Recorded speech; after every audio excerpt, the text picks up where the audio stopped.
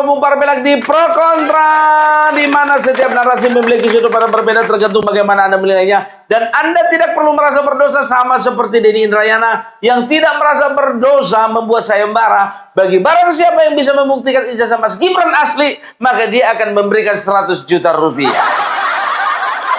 Sekarang gini Denny Indrayana, aku juga mau bikin sayembara, ya tapi bukan bagi barang siapa. Ini khusus buat kau. Kalau kau bisa membuktikan ijazah Mas Gibran palsu atau tidak ada surat penyetaraan, maka aku akan memberikan kepadamu 200 juta plus tiket pesawat pulang pergi ke NTT. Tapi syaratnya kalau begitu di NTT ke konten kau, bikin konten. Coba kau bikin dulu surat terbuka bagi Presiden Prabowo untuk memberhentikan Gibran, tapi di kota Kupang kau bikin. Terserah kau, mau kau bikin di bandara, mau kau dibikin di tepi pantai, terserah. Mau kau bikin di rumah masyarakat, terserah. Ku kasih kau 200 juta. Makin lama makin ngawur kawan ini. Bayangkan kalian, bikin surat terbuka sama Presiden Prabowo, nggak direspon. Prabowo pecat Gibran, nggak direspon. Surat terbuka kedua begitu juga, Prabowo kami mendorong supaya Gibran dipecat atau dimaksudkan, nggak direspon juga. Gara-gara beberapa kali nggak direspon, bikin surat terbuka, dia apa dibilangnya? Ya, kalau memang nggak bisa dipecat, lebih baik Gibran mengundurkan diri. Aneh bini ajaib kau. Enggak. Sekarang begini, harusnya kita bisa menilai, ya menilai. Mulai dari kemarin-kemarin, yang namanya si Denny Indrayana ini barengan sama si Uceng kemarin, yang waktu keputusan MK 90, ya, itu sudah ketok palu, mereka gugat. Mereka menggugat ke MK, tapi ditolak. Dari kemarin memang mereka sudah berusaha, ya, supaya Bapak Prabowo dan juga Gibran ini, ya, jangan berpeluang masuk menjadi calon presiden dan wakil presiden. Itu dia, ya, tapi ya udahlah, ya, kalau memang nggak bisa, contohnya digugat, ya bikin surat terbuka. Ternyata surat terbukanya nggak direspon. Dan kalau nggak salah, ya, kalau nggak salah tahun 2023 atau tahun berapa gitu loh, pernah dia bikin surat terbuka terus, ya, ke DPR RI supaya Bapak Presiden Joko Widodo waktu itu dipecat. Itu aja kerjamu. Terus-terusan kau bikin surat terbuka. Nggak direspon. Kalau memang apapun yang kau katakan, apapun yang kau lakukan tidak direspon di negara ini, artinya perkataanmu itu nggak penting dan jangan-jangan pun dirimu nggak penting. Ingat, ku bilang sama kalian ya, akan selalu ada yang berusaha memecah belah antara Bapak Prabowo dan juga Mas Gibran. Ku bilang sama kalian berapa kali, ya, dari pihak si Merah, setelah itu dari pihak si Anies Baswedan dan juga para pendukungnya, setelah itu dari oposisi, baik yang tidak tergabung dengan Anies atau tergabung sebelumnya, ya, itu juga, ya. Setelah itu kalangan purnawirawan, dalam tanda kutip purnawirawan, ya, ex pendukungnya Anies Baswedan, akan banyak yang berusaha memecah belah antara Bapak Prabowo dan Gibran. Kan lucu kan? Coba bayangkan kalian, waktu perang mereka di Anies, begitu jadi Prabowo dan Gibran pengen masuk dia. Tahu diri kawan, tahu diri. Terserah kalian mau yang oposisi sebelah kiri, sebelah kanan, sama-sama gak tahu diri. Si Merah kepengen masuk dengan, ya, si Merah kepengen masuk, ya, dengan syarat singkirkan Bapak Joko Widodo. Sebelah sini juga kepengen masuk, singkirkan Gibran. Mimpi. Tapi memang usaha-usaha itu, ku bilang sama kalian, ya, itu memang sangat nyata terlihat atau bisa dikatakan vulgar, sangat vulgar. Di awal-awal kemarin mereka selalu mengatakan maksudkan Gibran, kan begitu. Tapi makin kesini makin kelihatan bahwasanya sosok yang ingin mereka maksudkan bukan cuma Gibran, tapi Bapak Prabowo Subianto. Nah, sekarang kita nggak mau bahas, ya, sepak terjang mereka, nggak, ya. Tapi kita akan bahas kenapa Prabowo Gibran tetap kuat 2029-2034. Nah, ini menarik ini. Ya, jadi ada beberapa hal ya yang membuat Prabowo Gibran ini ya memang tetap kuat. Dan justru saking kuatnya, mereka harus dilemahkan karena apa? Ketika mereka terpecah belah, ketika mereka lemah, maka akan ada calon-calon yang kuat yang akan bisa menggantikan mereka. Itu dia, ya di sebelah sana ada PDIP dengan kader-kadernya, di sebelah sana sudah pasti ya ada Anies Baswedan dan juga dengan barisannya. Ya, ini dua-duanya ini sedang mengintip ya apa yang menjadi kelemahan pemerintah. Betul, pemerintah kita tidak tidak sempurna. Betul, pemerintah kita ini banyak salahnya, ya. Tapi justru di dalam ketidaksempurnaan, di dalam banyak salahnya mereka, harusnya bagian kita sebagai warga negara, kita ingatkan dengan cara-cara yang elegan. Bukan fitnah sana fitnah sini. Contohnya pengelolaan MBG. Ketika kita mengetahui dan juga kita mencium aroma busuk dari kepala BGN ini, kita bersuara kan? Ganti kepala BGN kan begitu. Ya, Opung Parbela kan juga kalian perhatikan bersuara juga. Memang diganti, tapi sambil nani. Sama aja bohong. Akhirnya apa? Kita bersuara terus, ya kan? Akhirnya Nani diganti karena apa? Karena dia mengundurkan diri. Katanya gara-gara sakit jantung. Dia mau berobat. Kenapa nggak sebelum pelantikan aja kau berobat? Bilang aja kau nggak siap menerima beban. Begitu juga Koperasi Merah Putih. Ya, ada yang dibangun di tepi jurang, ada yang dibangun di pinggir sungai, ada yang di pinggir di tengah-tengah hutan. Yang lebih absurdnya lagi di tengah kuburan. Ini menjadi sorotan masyarakat. Kita dorong pemerintah supaya memperbaiki ini semuanya. Jangan sampai ketika eksekusi nanti ternyata ada masalah. Ya, kita lihat saja bagaimana pemerintah menanggapi respon dari masyarakat. Begitu caranya mengkritik pemerintah. Jangan dikit-dikit minta Mas Gibran itu dimasukkan, dikit-dikit minta Bapak Prabowo mundur.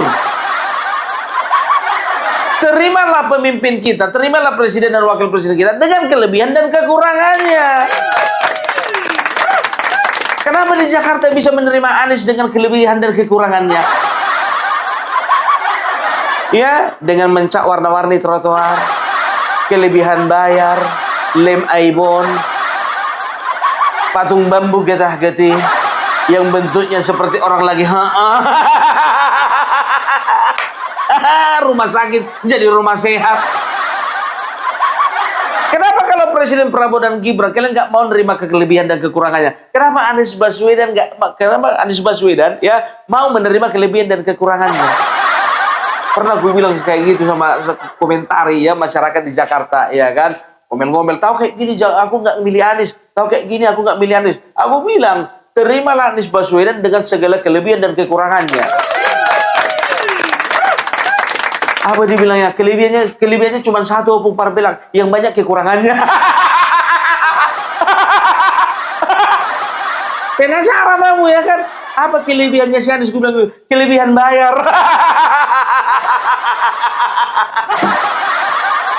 Aduh, ya jadi ya kita harus fair, kawan.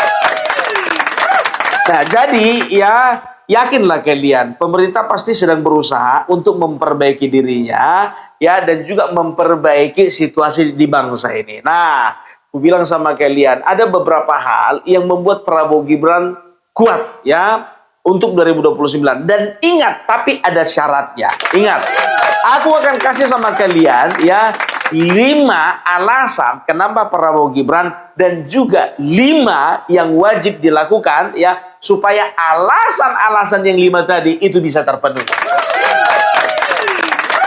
Ya, kita mulai dulu yang pertama. Kenapa Prabowo Gibran menjadi calon terkuat, ya, 2029-2034? Karena mereka punya pengalaman. Ya kan? Prabowo punya pengalaman. Selesai contohnya nanti 5 tahun punya pengalaman jadi presiden. Mas Gibran juga begitu.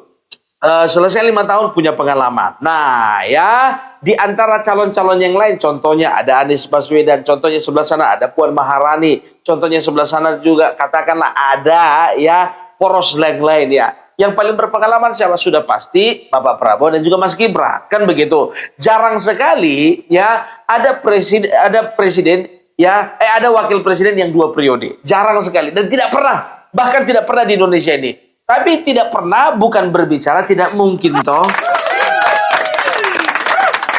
Kan begitu, ya kemarin begitu juga, ya presiden militer kan begitu, bapak apa namanya Bapak Soeharto, ya. Nah kita nggak pernah nyangka Bapak Soeharto militer, setelah itu ada SBY militer. Indonesia berkata apa? Indonesia masih butuh militer untuk memimpin. Ternyata apa? Tukang kayu juga jadi presiden. Jadi belum pernah bukan artinya nggak mungkin. Kan begitu, mereka begitu juga. Kemarin itu alumni UGM mengatakan belum pernah terjadi dalam sejarah alumni daripada UGM itu menjadi presiden. Nah, Bapak Joko Widodo itu membuktikan atau merealisasikan ketidakmungkinan itu. Ya, jadi yang pertama itu mereka punya pengalaman. Sudah pasti dibandingkan dengan calon yang lain, mereka berdua pasti punya pengalaman. Ya, Mas Gibran ya punya pengalaman jadi wakil presiden. Jadi ini pun juga punya nilai mahal ini biar tahu kalian. Yang kedua ya Bapak Prabowo dan juga Mas Gibran ini punya basis pendukung yang sangat kuat. Ya kita udah lihat. Ya kita udah lihat kemarin waktu Pilpres 2024 ya pendukung Bapak Prabowo bersatu dengan pendukung Bapak Joko Widodo memajukan Prabowo Gibran akhirnya Pak bisa dapat 56% suara. Iya kan, di sebelah sana yang solid, yang ini menang. Solid karena sebelah sana kan, yang ini yang menang. Yang sebelah sana juga satu putaran, yang ini yang menang. Karena apa? Punya basis pendukung yang kuat. Nah, kalau misalnya dari sebelah sana si merah, ya kebanyakan paling kader-kadernya doang. Kita udah buktikan 2024 kemarin, cuma 16%. Dan itu bisa terjadi lagi bahkan semakin berkurang. Kita udah lihat survei cuma 11,7%. Makanya diledekin Bestari baru situ sini di situ terus kerja deh. Jangan cuma ngomong-ngomong doang kau. Kerja itu kok jadi 11,7% itu. Kan begitu. Nah, begitu juga ya pihak sebelah sana pendukungnya Anies Baswedan ya. Mereka pun juga ya basis masanya kita udah tahu lah basis masa mereka ya agak kasar lah kalau ku bilang ya basis masanya paling basis masa yang pertama basis masa ex-HTI, ex-FPI, kader-kader PKS dan masa-masa pendukung yang sejenis-jenis itulah. Kita udah lihat cuma 24%. Ya, ini sudah dibuktikan bukan cuma ngomong-ngomong ya. Pendukung Bapak Prabowo dengan pendukung Bapak Jokowi ya bersatu ya. Ini menjadi modal yang kuat. Ini akan menjadi modal yang kuat sekali lagi ya untuk 2029. Ya, itu dia. Baru yang ketiga. Yang ketiga ini minta maaf kalau aku terlalu mendahului ya. Ya, kalau yang ketiga ini mereka berdua dapat dukungan kuat dari Jokowi. Aduh, minta maaf. Ya, ku bilang sama kalian setiap kepala daerah yang soan ke Joko Widodo kemarin itu rata-rata menang. Ada yang kalah memang. Dan ada juga yang menang tapi tertangkap gara-gara korupsi, betul. Tapi nggak tahu entah kenapa terserah. Ini alasanku ya. Ini alasanku. Ketika tangan Joko Widodo menunjuk kepada arah yang kiri atau yang kanan, jadi barang itu. Kalau telunjuk Joko Widodo kemarin itu ya mengarah kepada Ganjar jadi presiden. Yakin aku bilang sama kalian, kalau telunjuk Bapak Joko Widodo ya menunjuk ke arah Anies Baswedan, yakin aku Anies Baswedan pun juga jadi presiden. Tapi harus dia tinggalkan dulu pendukung-pendukung sebelumnya. Kan begitu, kita udah tahulah master politik di Indonesia ini siapa? Bapak Joko Widodo. Bapak Prabowo jadi presiden itu karena Bapak Joko Widodo. Iya, Bung Parbelak, tapi itu kan kemarin waktu dia jadi presiden.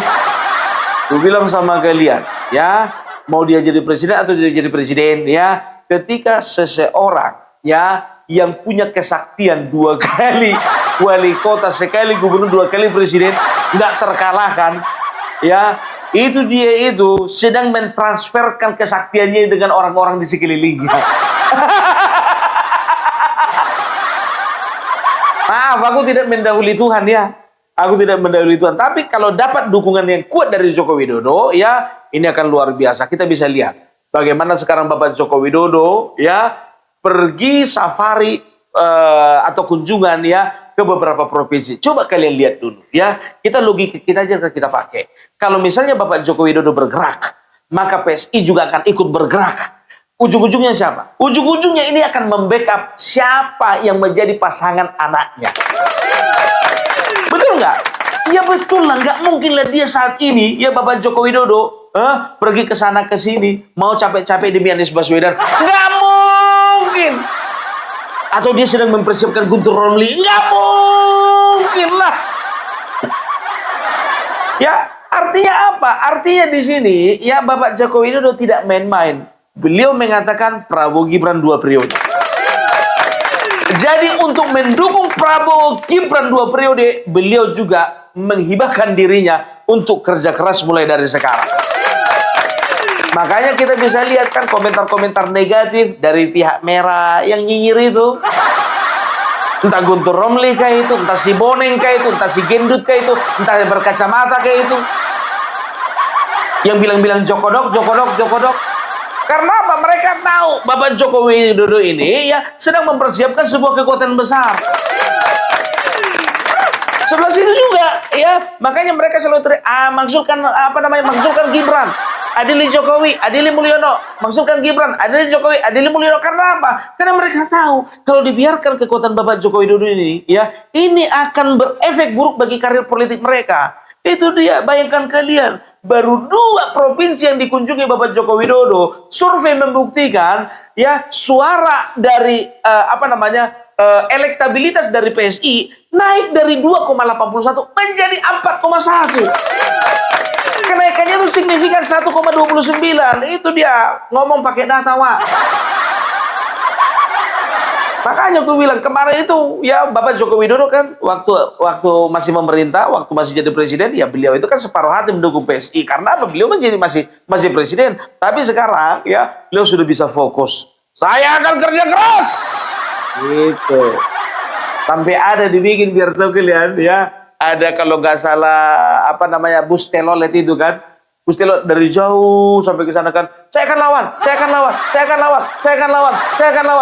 Sampai saya terkenal itu gitu loh.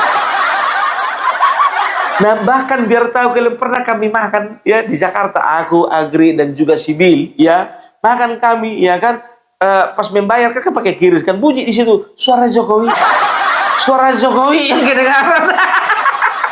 Padahal kami makan di Jakarta maunya suara gubernur dong, Pramono Anung gitu kan, suara Jokowi. 67.000 sudah dibayar. 80.000 sudah dibayar. 100.000 sudah dibayar. Belum bayar. Jangan lari. Di tempat makan itu biar tahu kalian. Nah, itu dia yang ketiga ya. Nah, yang keempat ya, mendapat dukungan dari luar dan dalam negeri. Ingat, aku bilang sama kalian ya, menjajaki ya atau bisa kita kata membangun relasi ya dengan pihak luar negeri itu enggak segampang membalikan telapak tangan. Enggak. Jadi Bapak Prabowo ya beliau aktif dengan kegiatan-kegiatan di luar negeri ya. Nah di dalam negeri ya beliau mempercayakan kepada Mas Gibran. Makanya aku bilang ya pasangan Prabowo Gibran ini mendapat dukungan dari luar negeri dan juga dalam negeri. Jadi luar negeri ketika melihat, oh Prabowo, iya kan, nah ini bagus ini. Karena apa? Kita tinggal melanjutkan. Kan begitu. Nah di dalam negeri begitu juga. Masyarakat, oh Gibran, udah tahu. Kalau dia datang ke lapangan, ya itu kepala-kepala daerah panik. Jembatan yang tadinya nggak dibangun, terbangun. Sekolah yang tadinya nggak terbangun. Itu dia, ya menjawab masalah. Itu yang keempat ya. Yang kelima ya, Prabowo Gibran akan tetap menjadi pasangan yang kuat karena ini adalah perpaduan antara yang tua dan yang muda, artinya berpikiran matang dan juga energi. Bapak Prabowo kan gitu, matang, tenang kan begitu. Nama Mas Gibran ini energi nggak bisa diam ini. Saking nggak bisa diamnya, yang paling rajin menghitung berapa titik yang dikunjungi Guntur Romli. Guntur Romli. Aku aja pendukung Mas Gibran nggak pernah ku hitung-hitung itu. Guntur Romli dihitung ya udah ada 180 titik. Jadi ini adalah modal yang kuat ya. Kalau ketika Bapak Prabowo dan juga Mas Gibran ini ya bisa maju ke 2029. Tapi ingat ada syaratnya. 5 syarat ya mereka akan tetap kuat. Yang pertama, jika menunjukkan kinerja yang baik. Ini. Jadi jangan cuman kemungkinannya saja, tapi syarat-syaratnya harus terpenuhi. Itu namanya masuk akal. Nggak sebelah sana mimpi doang. Mimpi kan nggak pakai syarat kan? Nggak pakai syarat. Tapi kalau memimpin harus pakai syarat. Jika yang pertama, ya jika mereka bisa menjaga performa kerja mereka baik. Makanya kita bisa lihat kan, Bapak Prabowo pada saat ini ya, beliau itu sedang menggalakkan anti korupsi. Ya kita lihat ya, bagaimana beliau menangkap para maling-maling, para koruptor, para penjahat. Walaupun juga memang yang nangkap koruptor juga. Tapi yang koruptor itu juga ditangkap. Konsisten dia, iya kan? Tapi Bung Barbella banyak kelemahannya. Kita kesampingkan dulu kelemahannya. Nanti itu kelemahannya itu. Ya, nah jika kinerjanya baik ya. Baru yang kedua,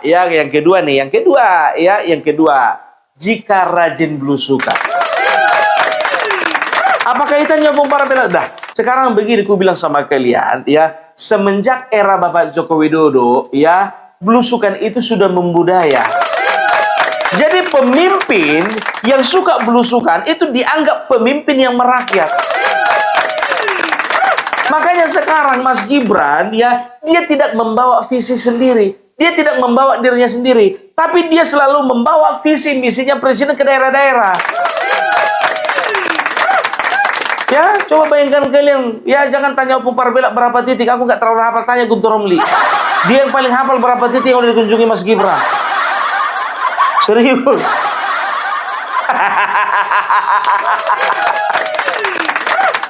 Ya, nah itu dia. Yang pertama tadi, ya jika punya kinerja atau performa kerja yang baik. Yang kedua, rajin belusukan. Ya, karena memang ini adalah semenjak Bapak Joko Widodo, kayaknya ini adalah sebuah keharusan gitu loh, ya. Nah, kita lihat kan kemarin kan Bapak Prabowo, Mas Gibran ketika mencalonkan diri, kampanye kemana-mana, mereka belusukan. Dan sekarang dilanjutkan, Bapak Prabowo belusukan ke luar negeri, Mas Gibran di dalam negeri. Itu perpaduan yang paling sempurna. Jangan kayak sebelah sana, bukan presiden, ya kan, tapi meresmikan jembatan.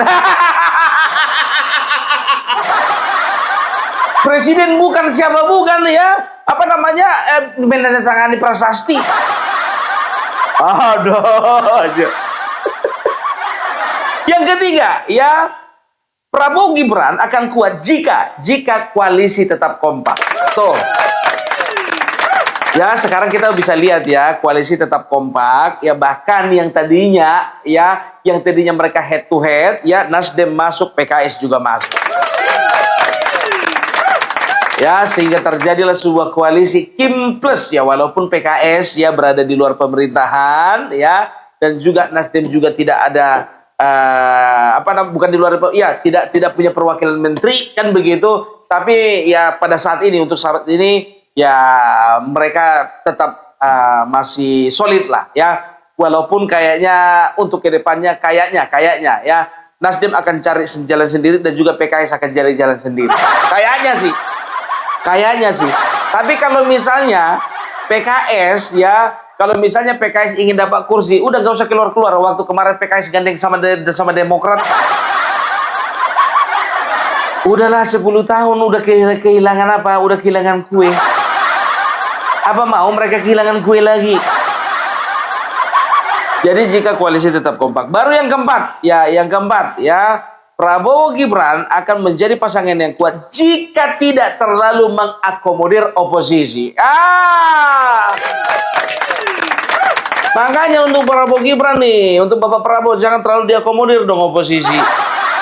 Ngapain itu diajak-ajak siapa si Inu masuk? Ngapain juga diajak-ajak si Merah kalau nggak mau masuk, nggak usah masuk. Bayangkan kalian Prabowo dengan Bapak Joko Widodo yang berdarah-darah kemarin itu untuk memajukan Prabowo Gibran. Masa yang Merah mau masuk, yang penting Bapak Joko Widodo jangan ada di dalam.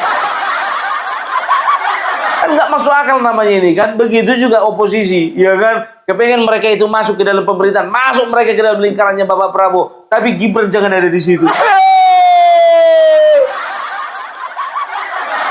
Jadi kalau misalnya kalau misalnya terlalu mengakomodir oposisi ini agak susah ini. Karena apa?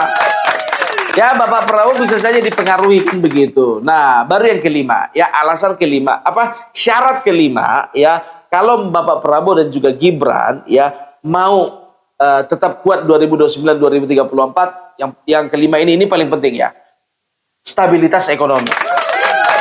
Jadi kalau ekonomi stabil ya, maka tingkat kepuasan kepada pemerintah juga akan naik. Ya, itu menjadi sebuah keniscayaan itu ya. Nah, jadi itu tadi aku sampaikan sama kalian ya. Jadi Prabowo Gibran masih tetap kuat. Tapi ada jikanya. 5 kenapa Prabowo Gibran tetap kuat ya, dan juga 5 syarat Prabowo Gibran akan tetap kuat. Oke? Jadi itu lu dari Opung Parpela, kita akan lihat bagaimana Bapak Prabowo ya dan juga Mas Gibran ya 2,5 pemerintahan ini ya mereka akan menyelesaikan dengan baik dan juga sempurna. Sempurna menurut ukuran manusia, bukan ukuran Tuhan. Ya, jadi kita akan lihat ya, makanya ya ini kita akan lihat ya, kita akan lihat bagaimana ya usaha untuk memecah belah Prabowo Gibran, usaha untuk memecah belah antara Bapak Prabowo dengan Joko Widodo ini akan semakin masif. Jadi itu dulu dari Opung Parpela ya, salam NKRI, NKRI harga mati, dan kita akan ketemu di pro kontra selanjutnya.